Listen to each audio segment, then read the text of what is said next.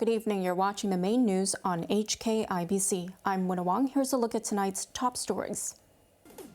An unclear public announcement is blamed for scores of people walking through a tunnel after a train derailed in Yau Ma Tei last Sunday. Online job scams in the first 9 months of the year more than triple from the same period last year.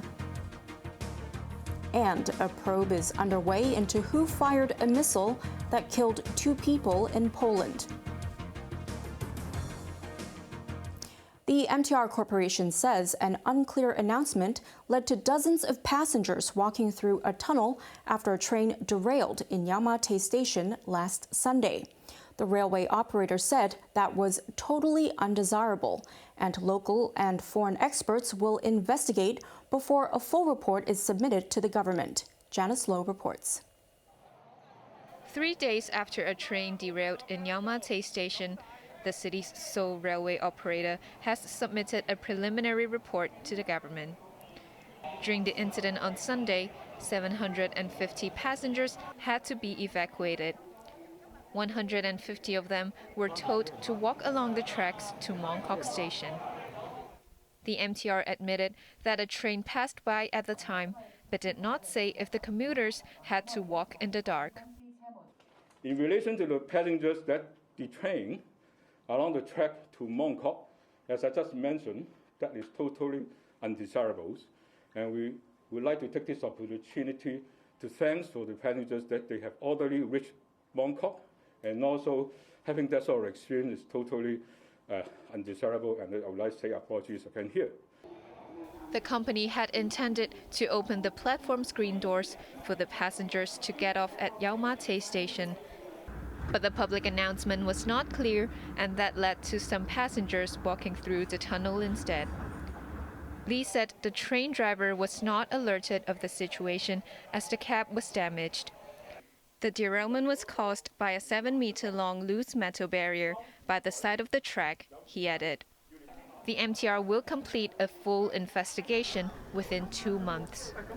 It also aims to conduct a large-scale inspection of its trains and equipment in 6 months and report the findings to the Electrical and Mechanical Services Department.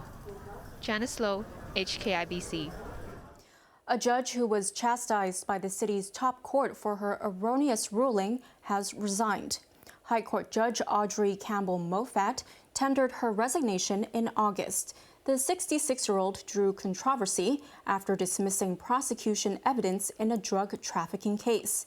She then granted the British suspect a stay of proceedings and bail, despite the prosecution's intention to appeal. The man eventually left Hong Kong. The Court of Final Appeal ruled on Monday that Campbell Moffat had trespassed into the function of the jury when dismissing evidence. But she'll carry on her duties as a 1-year notice is required for judges to step down.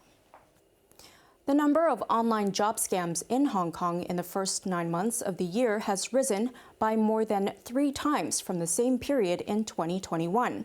This comes as 56 people were arrested in a joint operation between Hong Kong and Macau police.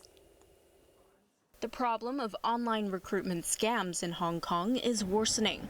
There were 690 cases between January and September last year. In the same period this year, cases jumped threefold to 2,252, involving a total of $337 million. Criminal groups have also extended their tentacles to Macau. 為首進行一個打擊網上求職騙案嘅一個行動。 Hong Kong police today announced that in the latest case, 56 people were arrested in a joint operation with their Macau counterparts. 46 of the suspects, including 3 alleged core members with a triad background, are from Hong Kong. 而佢哋嘅總損失金額係高達385.9萬元。 Senior Inspector Lau Kai-yin from Kowloon East Regional Headquarters said over 75% of the victims were under 40 years old. A 24-year-old was the biggest victim in the latest scam, losing $560,000. In all, 130 people in Hong Kong and Macau were cheated of $7 million. 最後一批人士呢係由詐騙集團招募嘅法律戶口持有人。 Chief Inspector Hui Nok said the fraudsters used social media to offer jobs with high salaries. The recruits were told to make online purchases to boost sale numbers on shopping websites. The more they bought, the more they were promised in commissions. But they found they couldn't withdraw the money, with the syndicate giving various reasons why they were not able to do so. 咁呢個騙徒咧，佢哋嗰個招聘廣告咧係有幾大特點嘅。 Hong Yuyan, president of the Hong Kong Institute of Human Resource Management, said the fraudsters targeted those with little education and work experience, but were attracted to a high salary. Police reminded people to pay attention to suspect phone numbers and messages ahead of the Lunar New Year. Daily COVID infections on the mainland have continued to climb, with just over 20,000 cases. About a third, or 6,650, were in Guangzhou. The authorities in the capital of the province bordering Hong Kong assembled 6 makeshift hospitals to house over 20,000 patients. Unverified videos circulating online showed many migrant workers taking down COVID control barriers to protest against curbs as police responded with water cannons. In Henan province, daily cases surged to nearly 1,900. Newly recruited workers were seen waiting for shuttle buses to the Foxconn factory in the capital, Zhengzhou. Foxconn, which produces nearly half of Apple's iPhones, saw a massive exodus of workers a few weeks ago, following a harsh lockdown within the factory compound due to COVID. The factory is facing a manpower shortage despite offering a good salary, as workers do not want to live in restricted conditions. Overseas now, Ukraine and Russia are pointing fingers at each other after a missile struck Poland and killed 2 people. It came as Moscow sent a barrage of rockets into Ukraine, but initial U.S. investigations suggest the one that hit Poland originated from Ukraine. The Polish village of Przewodzice was plunged into darkness after it was hit by a missile. It remains unclear where the attack came from or whether it was deliberate. But it happened as Russia sent a horde of rockets raining into key Ukrainian cities, including the capital, Kyiv. Vital facilities such as energy plants were hit, causing broad power outages. In Poland, Prime Minister Mateusz Morawiecki confirmed that 2 people had died and vowed to thoroughly investigate. It was the first time that a NATO member had been hit in the conflict between Russia and Ukraine. President Andrzej Duda said there is no concrete proof as to who fired the rocket, but he said Poland's allies are fully behind Warsaw, and he's spoken with U.S. President Joe Biden and British Prime Minister Rishi Sunak. Biden, who was in Indonesia for the G20 summit, was asked about the incident. There is preliminary information that contests that. I don't want to say that till we completely investigate, but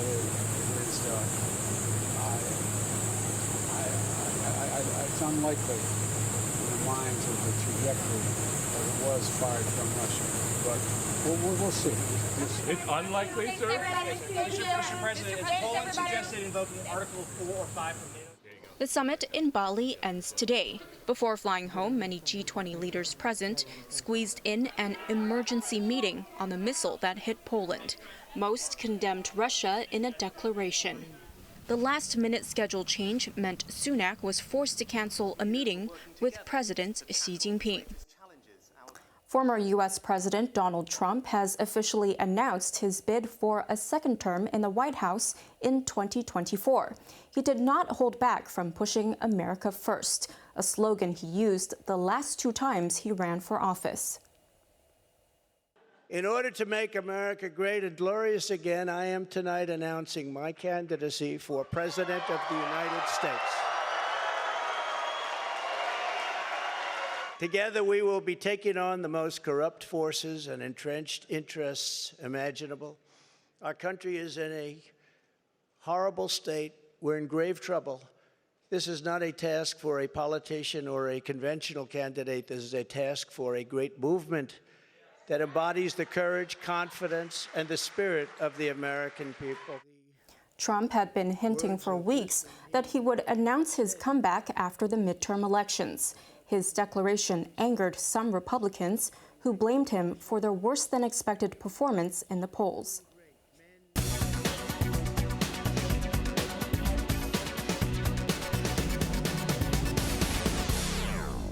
Signs of a breakthrough in efforts to improve ties between the world's two economic superpowers increased after a meeting between their top finance officials. Their talks, described as constructive, covered a broad range of trade and economic issues. Chloe Feng reports.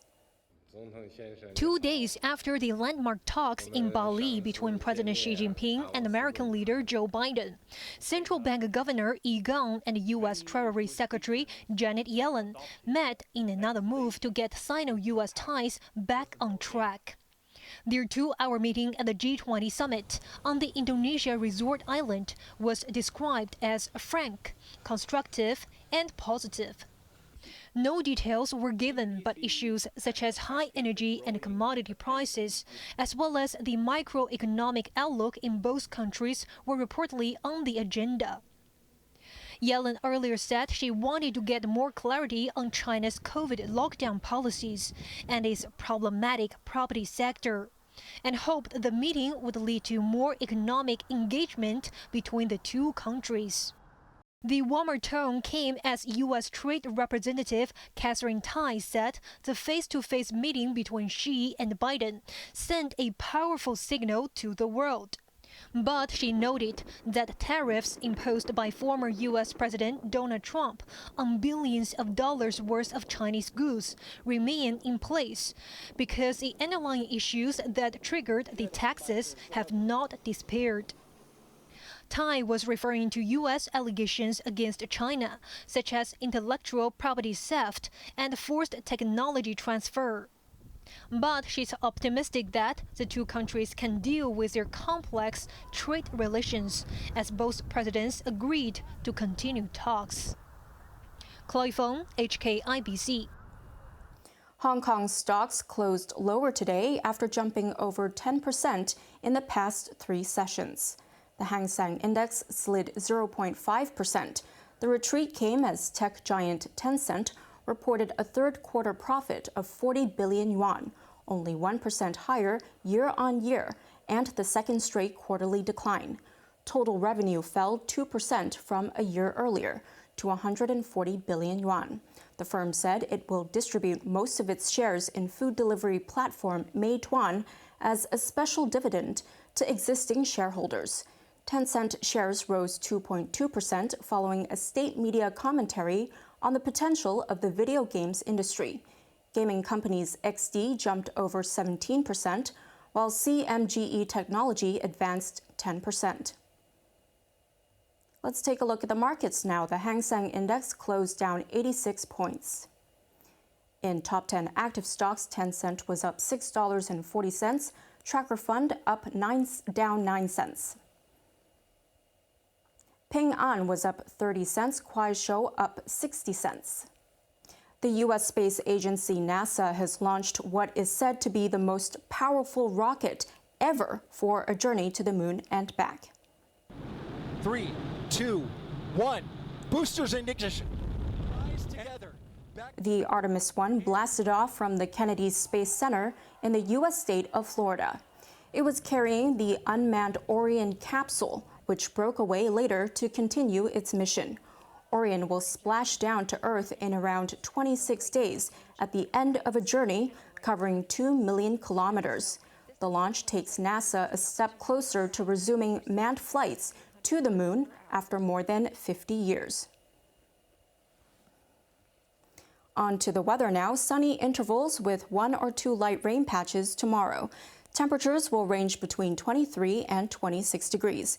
It will be overcast on Friday and Saturday. Now let's take a look at the weather around the world.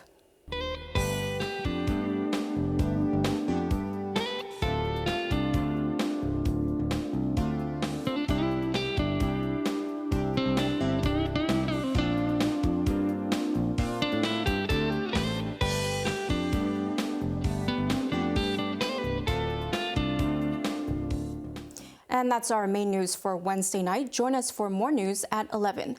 And for the last time, thank you for watching HKIBC. I'm Wynna Wong. Good night.